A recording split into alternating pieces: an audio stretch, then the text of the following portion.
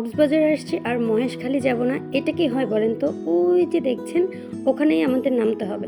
কিন্তু পানি ওখানে অনেক কম থাকাতে আমাদেরকে এখানেই নামতে হবে।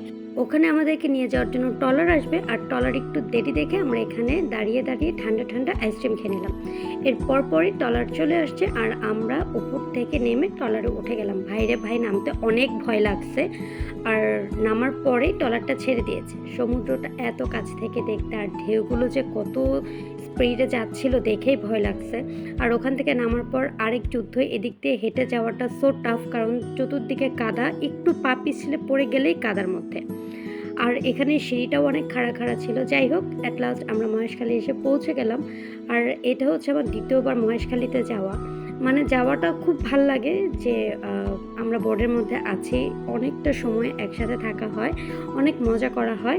দেন আমরা এখান থেকে একটা অটো নিয়ে নিয়েছি, আর অটোটা অবশ্যই বার্গেনিং করে নিতে হবে, না হলে ভাড়া অনেক বেশি চাইবে। আমরা এখানে একটা বৌদ্ধ মন্দিরে চলে আসছি, আর এখানে বেশ বড়সড় একটা মার্কেট ছিল। এখানের উপজাতিরা এখানে অনেক কিছু নিয়ে বিজনেস করছে। তো আমি এখানে একটু ঘুরে টুরে এবার একটু বৌদ্ধ মন্দিরটা ভিজিট করতে যাচ্ছি, যেহেতু বাচ্চারা এসছে, একটু দেখার আগ্রহ থাকে যে জিনিসটা কী। এখানে প্রবেশ হচ্ছে মূল্য 10 টাকা করে। টিকিট কেটে জুতা খুলে তারপর ভিতরে আসতে হয়। আর এখানে বেশ কিছু মশারি টশারি অনেক কিছু ঝোলানো ছিল, শুকা দেওয়া ছিল যেটাকে বলে। আর বেশ বড়সড় একটা জায়গাটা খুব ভালো করে সুন্দর করে সাজানো। আর এই যে ঘরগুলো দেখতে পাচ্ছেন, এখানে ওনাদের এক একটা কি বলে এগুলো, সাজিয়ে সাজিয়ে রেখেছে আর কি। আমি দূরে থেকে দেখেছি, খুব একটা ক্লোজে যাইনি। যাই হোক, ওটা দেখা শেষ করে চলে আসছি শুটকি কিনতে। মহেশখালীর শুটকিটা আসলে অনেক ফ্রেশ। আমি দুবার গিয়েছি, ওখান থেকেই শুটকি নিয়েছি, খুব ফ্রেশ থাকে। আমার মতো যারা শুটকি পছন্দ করেন তারা মহেশখালী শুটকিটা ট্রাই করতে পারেন। আর এখানে এরা দেখতেই পাচ্ছেন ফ্রেশ মাছগুলো কেটে কেটে ওরা রোদ্রে শুকাচ্ছিল। ভাইরে ভাই, রোদ্রে যে কি তাপ ছিল আর যে কি গরম ছিল।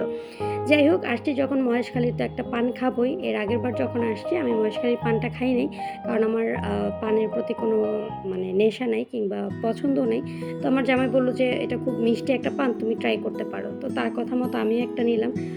দেখে বুঝতেই পারছেন আমাকে যে অবস্থাটা ঠিক কেমন হচ্ছে। একটু মজা না ভাই, আমি পানের মধ্যে কোনো স্বাদ টাদ কিছুই পাই নাই। মানে আমি ফিল করার চেষ্টা করছিলাম যে স্বাদ আছে নাকি। তো আমি দেখলাম আসলে আনফর্চুনেট, আমার কাছে মজা লাগে নাই। এটা আমার কাছেই লাগে না, কারণ আমার জামাই বললো যে তার কাছে পানটা ভালো লাগছে, বাট আমার কাছে একদম না। আমি দেখছিলাম আমার জিহ্বা লাল হয়েছে কিনা, লালও দেখলাম হলো না। ঠিক আছে, অ্যাট লাস্ট আমি পানটা ফেলে দিয়েছি, খেতে পারলাম না। এবার আইসক্রিম খাবো। আর এই যে আমরা আবার চলে যাচ্ছি হচ্ছে আরেকটা মন্দিরের উপরে আমার ওঠা হবে না, কারণ শুধু শুধু এত কষ্ট করে উপরে ওঠার কোনো মানে হয় বলে মনে হয় না গরমের মধ্যে। যাই হোক, এখান থেকে নেমে এখন ডাব খাবো।